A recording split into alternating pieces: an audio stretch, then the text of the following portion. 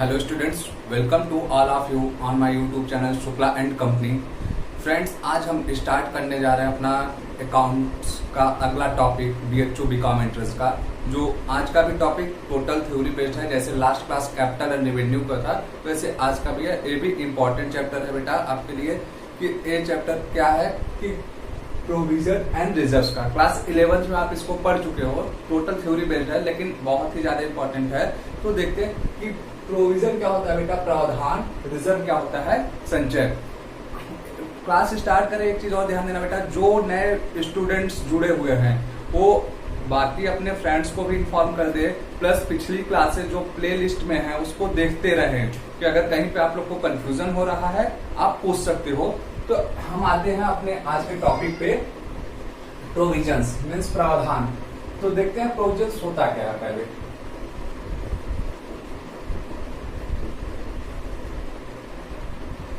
Provisions आप समझ लो बेटा क्या होता है कि जैसे कोई भी आपको क्या हो रहा है कि लायबिलिटीज दिख रही है फ्यूचर में, मीन्स आपके ऊपर कोई भी दायित्व तो आने वाला है लेकिन उसका अमाउंट आपको नहीं पता है, ठीक है। तो ऐसी लायबिलिटीज के लिए आप पहले से प्रिपेयर हो जाओ, मीन्स ऐसे दायित्व के लिए जो फ्यूचर में आपके पास होने वाला है पहले से प्रिपेयर हो जाते हैं। तो उसी के लिए हम लोग प्रावधान बनाते हैं, कुछ अमाउंट क्या करते हैं कलेक्ट करना स्टार्ट करते हैं, जिसको प्रोविजन बोला जाता है। इट मीन्स हम कह सकते हैं provision means any known liabilities. देखिए आपकी लायबिलिटी क्या होगी, नोन होगी, but the amount of liability can not ascertain accurate. कि आप क्या करो, जो उसका अमाउंट है एक्यूरेट नहीं बता सकते हो कि ये नहीं कि 10,000 रुपए लगेगा, हो सकता है 10,000 रुपए लगे या 5,000। जैसे हम कहे कि क्या नाम से कि आप क्रेडिट पे क्या किए हो, गुड्स को बेचे हुए हो, ठीक है। अब क्रेडिट पे आप बेच दिए हो गुड्स, हो सकता है आपका पैसा न मिले। आप याद रखो क्या, provision for doubtful debts, bad debts जो बात आती है, मीन्स डूबत ऋण की बात होती है। तो अगर आप सामान बेचो क्रेडिट पे तो ऐसे चांसेस है कि कुछ पैसा आपका ना मिले, तो उसके लिए भी हम लोग प्रोविजन बनाते हैं। या हम और इससे इजी बात करें, जैसे आप बिजनेस करो तो आपको क्या होता है, प्रॉफिट पे टैक्स देना होता है। अब आपको ये पता है टैक्स देना है, लेकिन कितना टैक्स देना है ये तो तब पता चलेगा जब एक्चुअल आपका एक्यूरेट प्रॉफिट पता चल जाए। लेकिन आप एक एस्टिमेटेड लगा सकते हो कि आपको 10 लाख रुपए टैक्स देना है, 5 लाख या 1 लाख रुपए टैक्स देना है। तो एस्टिमेशन के बेस पे क्या कर सकते हो आप, प्रोविजन मीन्स पहले से कुछ अमाउंट कलेक्ट कर सकते हो। इससे क्या फायदा होता है बेटा, ये जानो आप कि आपके ऊपर सडनली कोई एक्स्ट्रा बर्डन नहीं आता है, पहली चीज। और दूसरी चीज की आपके बिजनेस ऑर्गेनाइजेशन का प्रॉफिट या लॉस जो है वो करेक्ट आता है, मीन्स आपका जो फाइनल अकाउंट बनाते हो वो बिजनेस ऑर्गेनाइजेशन के बारे में करेक्ट इंफॉर्मेशन देता है। तो अब आपको समझ में आया होगा प्रोविजंस क्या होते हैं। हम कह सकते हैं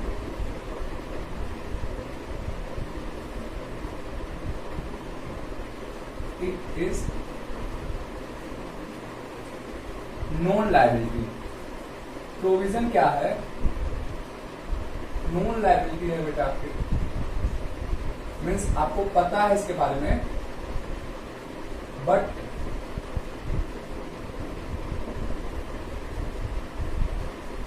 अमाउंट इज नॉट सर्टेन। आपको ये तो पता है कि आपके पास लायबिलिटी होने वाली है, लेकिन उसका अमाउंट क्या है वो नहीं पता है। दूसरी चीज ये क्या कर रहा है, हमने क्या बोला, it gives true and fair information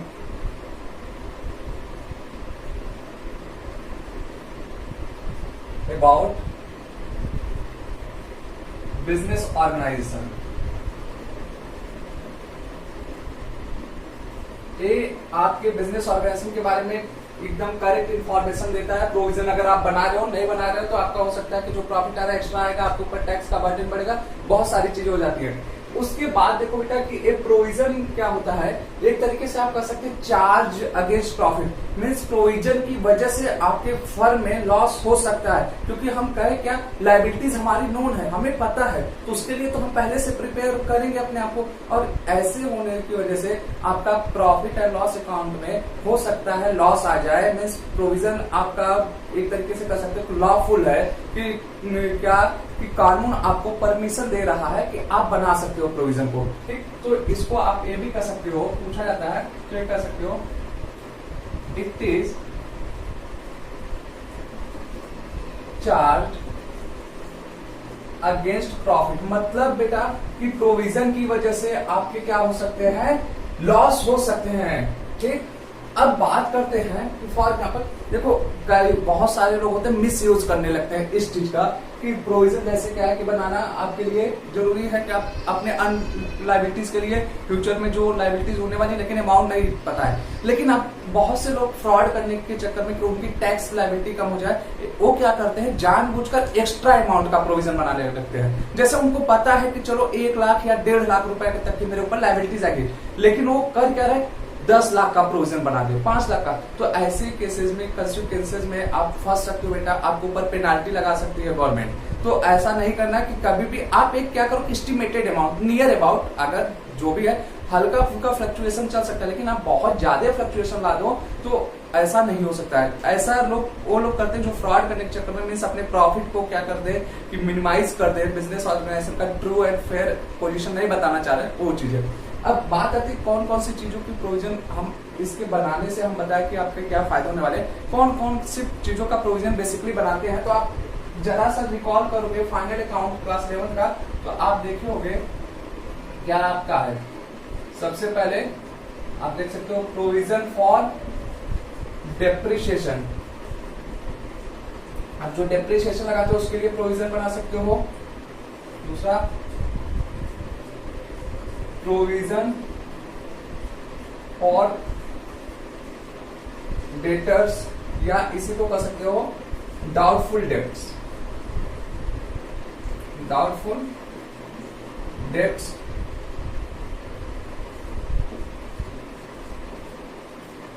provision for tax,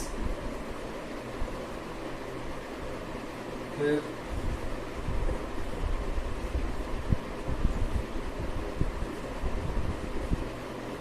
ये आपका हो गया provision for debtors, depreciation, provision for क्या हो गया बेटा डेटर्स हो गया, प्रोविजन फॉर टैक्स।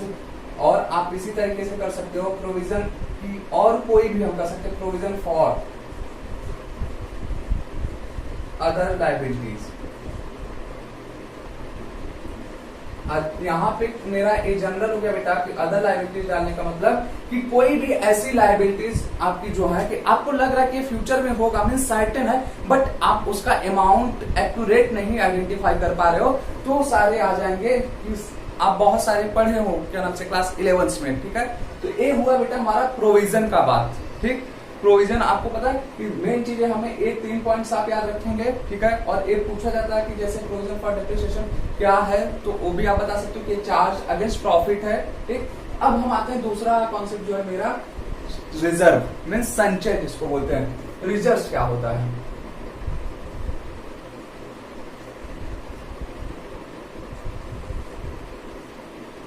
संचय।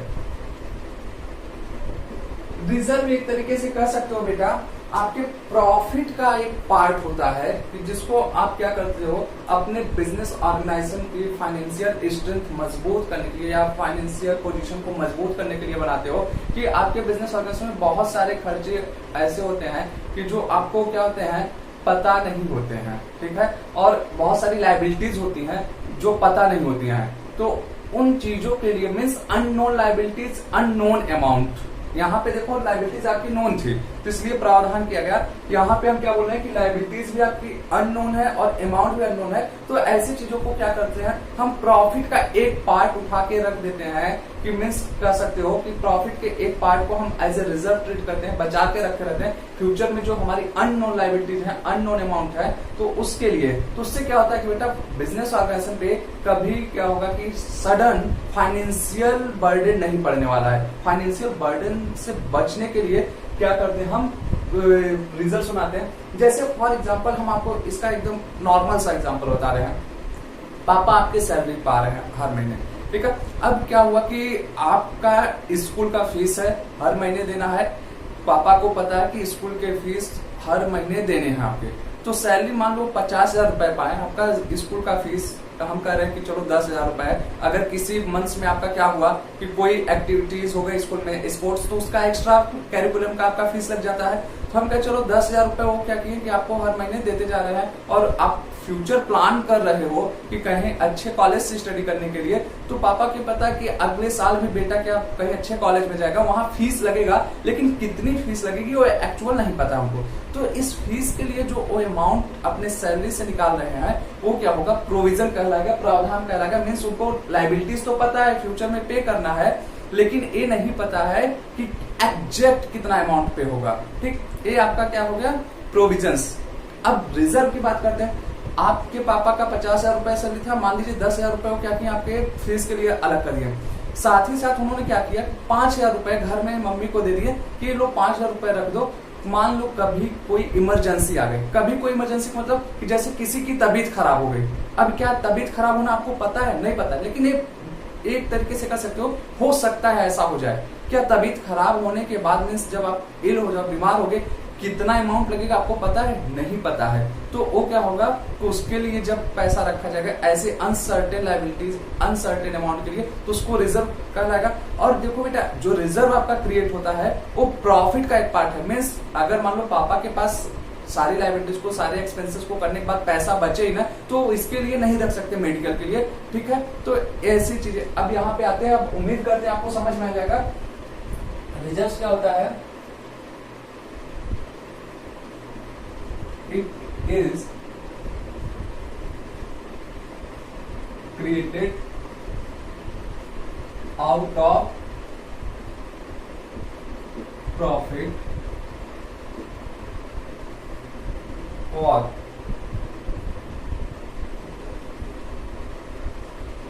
unknown liability, और कह सकते हैं अनसर्टेन अमाउंट। मीन्स अनिश्चित अमाउंट जो आपके हैं। ठीक, दूसरा कह सकते हो it is appropriation of profit. Appropriation का मतलब क्या होता है बेटा कि मीन्स एक चार्ज नहीं है, कह सकते हो कि कंपल्सरी नहीं है रिजर्व का, कि रिजर्व क्रिएट करने की वजह से कभी आपका लॉस नहीं होने वाला है बिजनेस ऑर्गेनाइजेशन में। अगर प्रॉफिट रहेगा तो उस प्रॉफिट का एक हिस्सा ही क्या कर सकते हो आप, एज ए रिजर्व क्रिएट कर सकते हो। अब रिजर्व्स के कई सारे टाइप्स होते हैं, हम उन टाइप्स पे चलते हैं कि देखते हैं वो क्या होते हैं। संचय कितने प्रकार के होते हैं उस पर आते हैं हम। तो इसको इरेज करते हैं बेटा।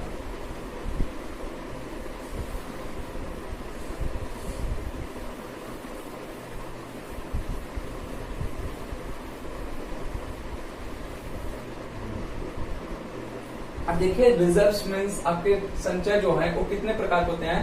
पहला आपका है रिवेन्यू रिजर्व्स, जिसको हिंदी में बोलते हैं आयगत संचय। मींस अब देखते हैं ये क्या होता है। रिवेन्यू रिजर्व में आप देखोगे बेटा, पहला दो टाइप्स के होते हैं। जनरल रिजर्व जिसको सामान्य संचय बोला जाता है, एक है स्पेसिफिक रिजर्व जिसको विशिष्ट संचय बोला जा रहा है। ठीक, और फिर उसके बाद आपका कैपिटल रिजर्व है जिसको पूंजीगत संचय। मीन्स अगर हम रिजर्व की बात करें, बेसिकली हमारा रिजर्व जो होता है 2 टाइप्स का होता है, revenue reserves and capital reserves. ठीक, और ये रेवेन्यू रिजर्व भी हमारा क्या होता है 2 टाइप्स का फिर से हो जाता है। Mean 2 types revenue reserve, further classified into 2 types, general reserve and specific reserve. तो अब हम इस पे बात करते हैं रेवेन्यू रिजर्व क्या होते हैं।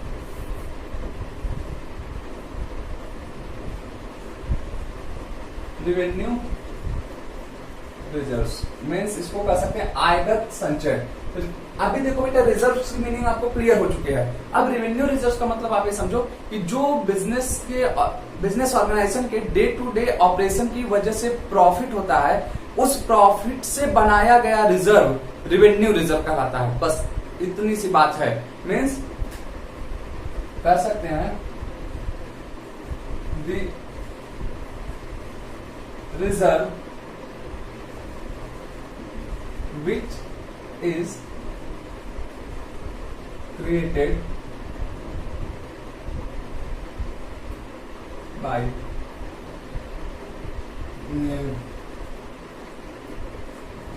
revenue profit of business organisation में जो आपके आयगत फायदे से या लाभ से कर सकते हैं कि रिजर्व क्रिएट किया जा रहा है, उसको रिवेन्यू रिजर्व बोलते हैं। ठीक है, अब रिवेन्यू रिजर्व हम क्या बोले बेटा, दो टाइप्स के होते हैं, एक जनरल रिजर्व है, दूसरा है स्पेसिफिक रिजर्व। अब जनरल रिजर्व की हम बात कर लेते हैं, ऐसे जनरल रिजर्व इसको बोलते हैं सामान्य संचय।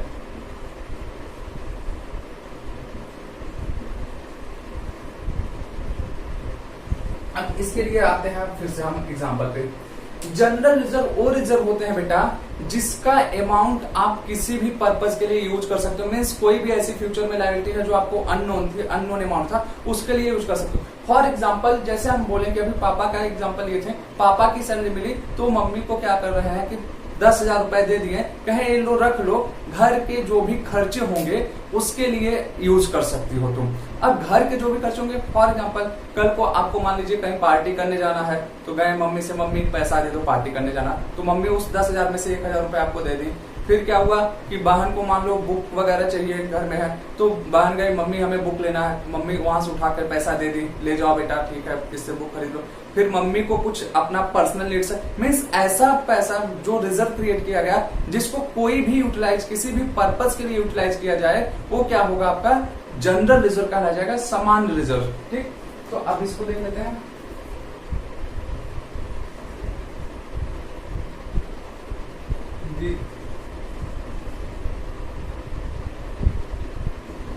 The reserve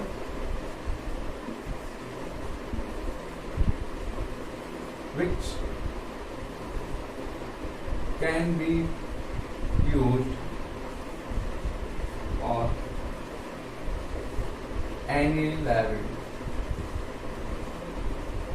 एनी लायबिलिटी का मतलब, मेरा कहने का मतलब यहाँ ये है बेटा, जो आपकी फ्यूचर की लायबिलिटी है, मीन्स अनसर्टेन है, अननोन अमाउंट है, उसके लिए हम बात कर रहे हैं कि मीन्स यहाँ पे कोई ऐसा इंडिकेशन नहीं इसी पर्पस के लिए इसको यूज किया जाएगा। ऐसे रिजर्व को हम क्या बोलते हैं, सामान्य संचय बोलते हैं। और ये भी याद रखना है, जनरल रिजर्व भी ये क्या है, रिवेन्यू प्रॉफिट से ही बनाया जाएगा। दूसरा हम क्या बोले बेटा, स्पेसिफिक रिजर्व।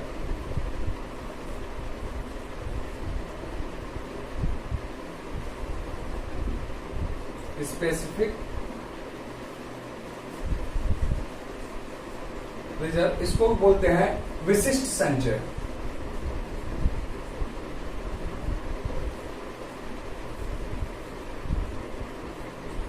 अब इस विशिष्ट संचय का मतलब क्या हुआ, अब यहाँ पे क्या है बेटा कि विशिष्ट संचय का मतलब कोई ऐसा मतलब संचय मीन्स ऐसा रिजर्व बनाया जाए जिसके लिए इंडिकेट किया जाए बस इसी पर्पस के लिए यूज होगा और किसी पर्पस के लिए नहीं। मीन्स यहाँ पे भी क्या हो रहा है कि आपकी लायबिलिटीज क्या है कि बता दी जा रही है कि अगर ऐसी लायबिलिटीज होगी तो उसी क्या होगा, लायबिलिटीज के लिए आप यूज कर सकते हो। जैसे हम कहें कि मान लो घर में सिस्टर है, ठीक है बेटा, उसकी शादी के लिए क्या होता है कि पापा लोग पहले से प्रिपरेशन करने लगते हैं कि चलो भैया पैसा रखना शुरू कर दो, रिजर्व बनाना शुरू कर दो कि बहन की शादी में खर्चे लगेंगे।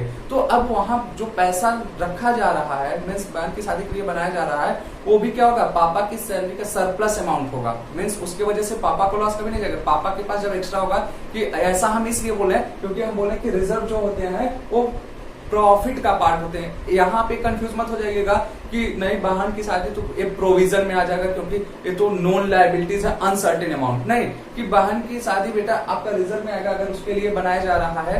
ठीक है, या हम कह सकते हैं जैसे आपको बाइक लेना है तो बाइक के लिए क्या किए कि आपके पापा पैसा इकट्ठा करना शुरू करेंगे कि आपको देने लगे हर महीने 5,000 रुपए, और उस 5,000 रुपए को देते समय ये बोला गया कि जैसे जो रिजर्व क्रिएट किया जा रहा है ये पैसा सिर्फ और सिर्फ बाइक परचेज के लिए यूज किया जाएगा और किसी चीज के लिए नहीं। मीन्स जहां पे आपको ये स्पेसिफाई कर दिया जा रहा है वो पैसा किस चीज के लिए यूटिलाइज होने वाला है, वो क्या होगा, आपका स्पेसिफिक रिजर्व होगा। उसके अलावा आप किसी पर्पस के लिए उसको यूज नहीं कर सकते हो। तो ये देखिए क्या होता है,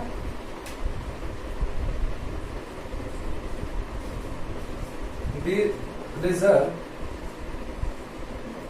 which is created for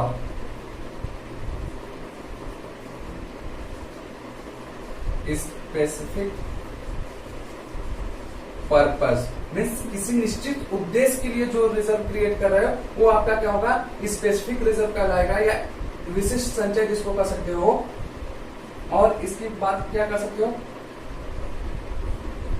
the amount of specific reserve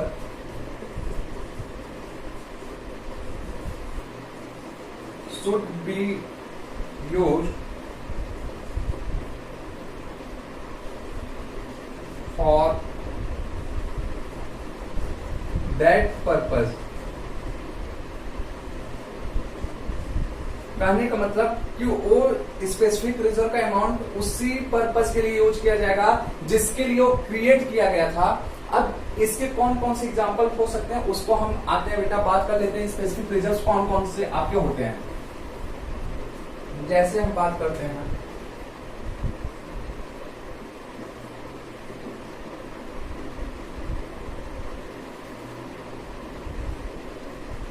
dividend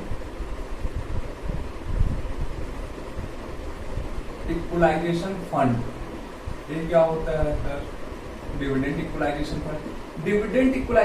dividend का मतलब जान लो बेटा पहले क्या होता है, ये लाभांश इसको बोला जाता है। जब कंपनी में आप शेयर वगैरह परचेज करते हो तो शेयर पे जो आपको इनकम मिलती है या रिटर्न मिलता है उसको लाभांश बोला जाता है। मीन्स पार्ट ऑफ प्रॉफिट, लाभांश लाभ का अंश, it is a part of profit which is earned by company. ठीक है, तो अब यहाँ पे क्या हो रहा है, डिविडेंड इक्वलाइजेशन फंड इसको बोला जाता है लाभांश समानीकरण कोष। ठीक, अब ये क्या होता है, अब मान लो बेटा क्या है कि कंपनियां जो बहुत बड़ी होती हैं वो ये देखती हैं कि अगर मान लो किसी साल उनको लॉस हो गया और उस साल वो अपने शेयर होल्डर्स को प्रॉफिट मींस डिविडेंड नहीं दे पाती हैं, तो क्या होगा कि शेयर होल्डर तुरंत उस कंपनी का शेयर बेच के दूसरी कंपनी में अपना पैसा इन्वेस्ट कर देंगे जहां पे उनको फायदा हो सके। तो ऐसी सिचुएशन से बचने के लिए कंपनियां क्या करती हैं, डिविडेंड इक्वलाइजेशन फंड बनाती हैं। अब इस क्या होता है कि जैसे मान लो जिस साल कंपनी को लॉस हुआ तो उस साल उस फंड से पैसा निकालकर एज ए डिविडेंड डिस्ट्रीब्यूट कर देती हैं। उससे क्या होता है कि उनके शेयर होल्डर उनके साथ बने रहते हैं, कहीं पे वो क्या कर सकते हो कि आप मूव नहीं करते हैं, दूसरी कंपनियों के साथ वो मूव नहीं करते हैं। ये आपका क्या है, डिविडेंड इक्वलाइजेशन फंड लाभांश समानीकरण कोष इसको बोला जाता है। ओके बेटा, जस्ट ए मिनट।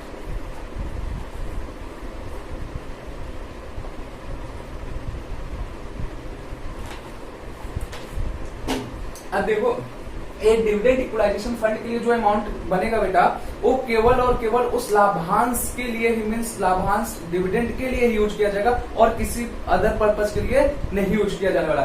और देखते हैं क्या है दूसरा,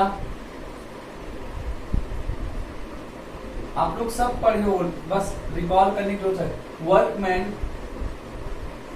compensation fund. Workman compensation fund क्या होता है बेटा, कि जैसे क्या होता है कि कई बार आप देखोगे कि एम्प्लॉइज जब काम करते रहते हैं फैक्ट्री में या आपके बिजनेस सर्विस में, उस दौरान उनको चोट लग गया या ऐसी फिजिकल उनको क्या होती है कि डिसीज कुछ भी ऐसा हुआ कि जिससे वो क्या करें बहुत ज्यादा सफर करने लगे या काम करने के फ्यूचर में योग्य न रहे, इन फ्यूचर वो काम न कर पाए, तो अब उनको क्या होता है कि बिजनेस ऑर्गेनाइजेशन के द्वारा कुछ कर सकते हो, फाइनेंशियल हेल्प की जाती है। तो ऐसे इसी को बोला जाता है वर्कमैन कंपनसेशन फंड। मीन्स अगर आपके फैक्ट्री में कोई एम्प्लॉइज उस दौरान काम करते हो, चोटिल हो गया या कुछ भी ऐसा हुआ, तो उसके इलाज वगैरह के लिए या उसको कंपनसेट करने के लिए फंड बनाती है कंपनियां, उसी को बोला जाता है वर्कमैन कंपनसेशन फंड। फिर और हम देख लेते हैं इन्वेस्टमेंट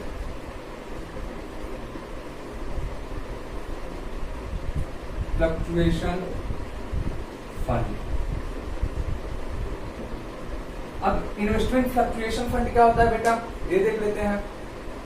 इन्वेस्टमेंट फ्लक्चुएशन का मतलब जैसे क्या कि आप कहीं पे पैसा इन्वेस्ट कर रहे हो तो आपको ये पता है कि आपके इन्वेस्टमेंट का मीन्स उसका रेट प्राइस हम कर सकते हैं डेली अप्स एंड डाउन्स होता रहता है। अब उसकी वजह से क्या होगा कि जैसे आप शेयर मार्केट में पैसा लगाए हो ठीक है, इन्वेस्ट कर दिए हो। अब कहीं ऐसा ना हो कि कभी उसका प्राइस बहुत ज्यादा घट जाए और उस प्राइस के डाउन होने की वजह से क्या हो जाए कि आपको ह्यूज लॉस हो जाए बहुत ज्यादा।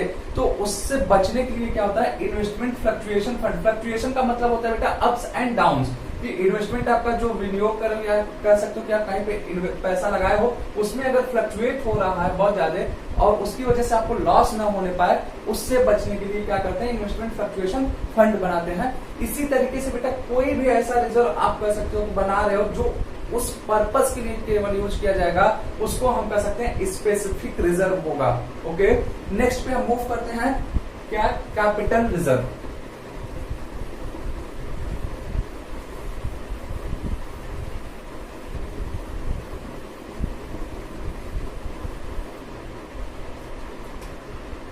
हमारा अगला है बेटा capital reserve.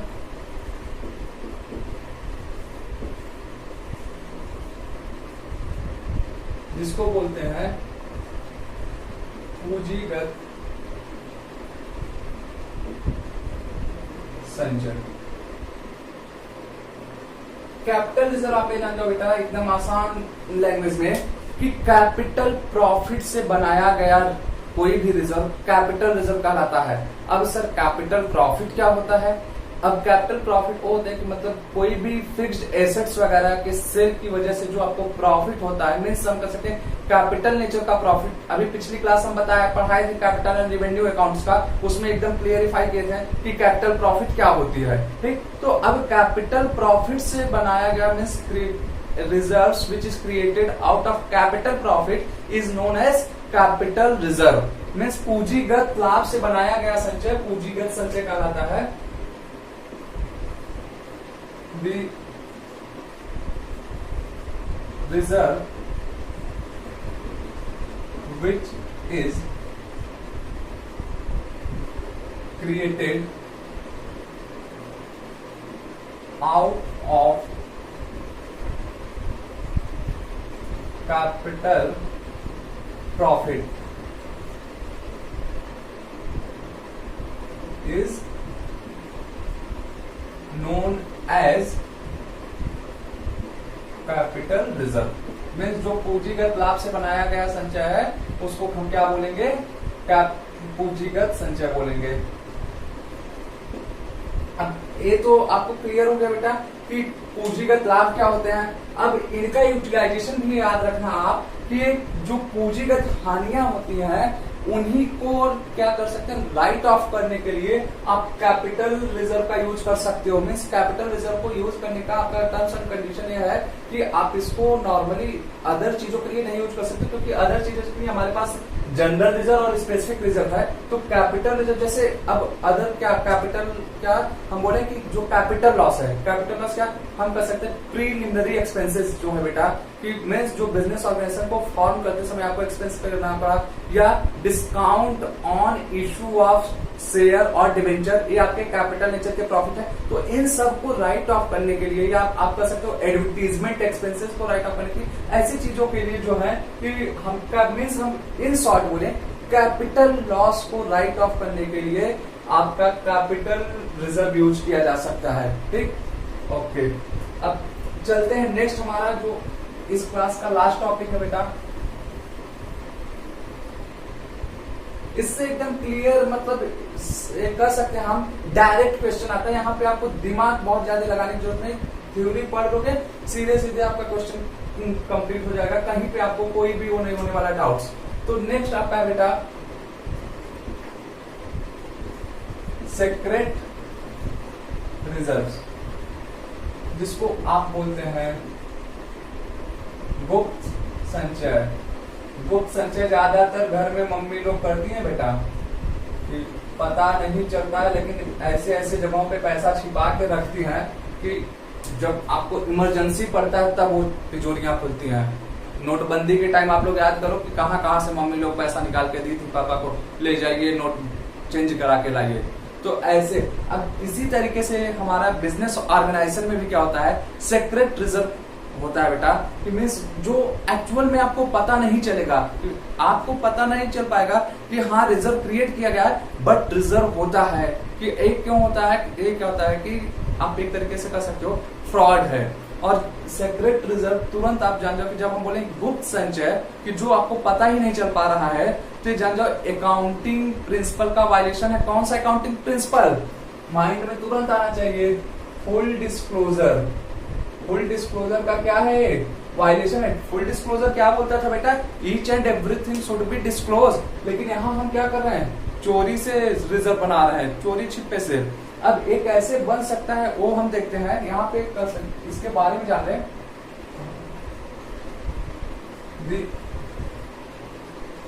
Reserve which is not known to other। ऐसे रिजर्व जो आपके किसी और को नहीं पता है, मीन जो आपके टॉप मैनेजमेंट है केवल उनको पता है। ये देखो बेटा, इसी को आप कर सकते हो एक तरीके से विंडो ड्रेसिंग का कॉन्सेप्ट एक है बेटा, विंडो ड्रेसिंग। अब पहले विंडो ड्रेसिंग होता क्या है ये समझ लो, फिर ये भी समझ में आ जाएगा। विंडो ड्रेसिंग का मतलब क्या कि बेटा, विंडो का मतलब खिड़की होता है, ड्रेसिंग का मतलब उसमें पर्दा वगैरह लगाना। अब देखो क्या होता है कि खिड़कियों पे हम अक्सर पर्दा लगा देते हैं कि अगर घर में थोड़ा भी गड़बड़ी है वो छिप जाए। मीन्स अपनी खामियों को छिपाने के लिए हम क्या करते हैं, खिड़की को बहुत अच्छे से डेकोरेट कर देते हैं, पर्दा वगैरह। तो वही विंडो ड्रेसिंग का कॉन्सेप्ट बिजनेस ऑर्गेनाइजेशन में है। सेक्रेट रिजर्व क्या करता है कि जो बिजनेस की खामियां है, मीन्स कह सकते हो कि इनएफिशिएंसी जो है उसको छिपाने लगते हैं लोग। ये विंडो ड्रेसिंग मीन्स क्या है कि अपने बिजनेस ऑर्गेनाइजेशन का जो फाइनेंशियल पोजीशन है कि कह सकते हो ट्रू प्रॉफिट एंड लॉस या बैलेंस शीट सही नहीं बताते हैं, उस तरीके से ये सेक्रेट रिजर्व क्रिएट करते हैं। अब सेक्रेट रिजर्व ये भी जान जाओ कि लॉ के द्वारा प्रोहिबिटेड है। उन आपको ये नहीं बोलता है कि सेक्रेट रिजर्व क्रिएट करो।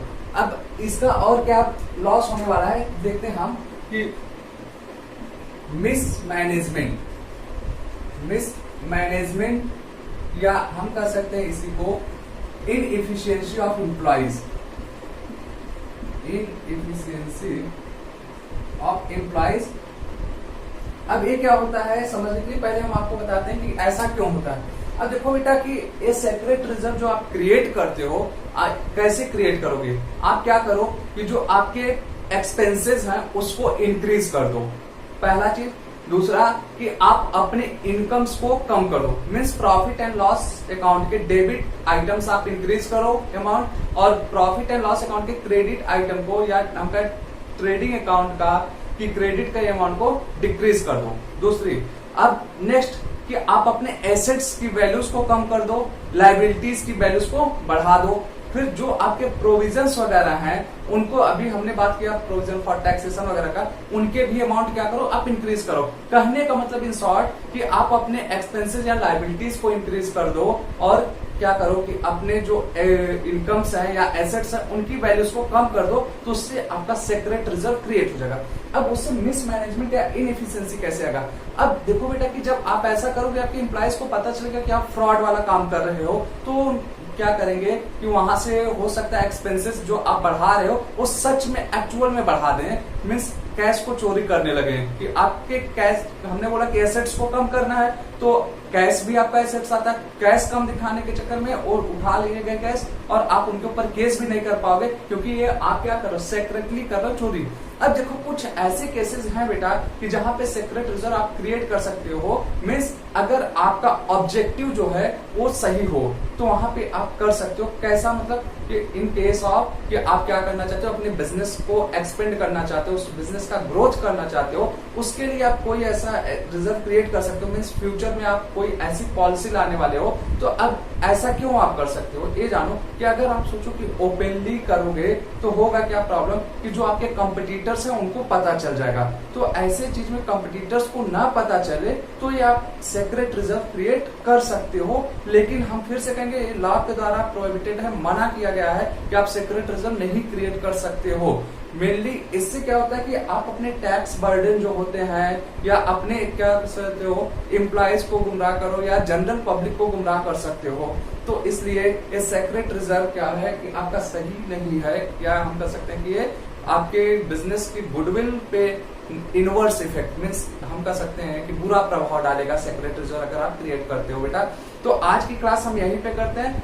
खत्म। हमें उम्मीद है कि आपको समझ में आएगा। अगर कोई भी डाउट्स होगा तो आप पूछ सकते हो आज के क्लास से रिलेटेड डाउट्स।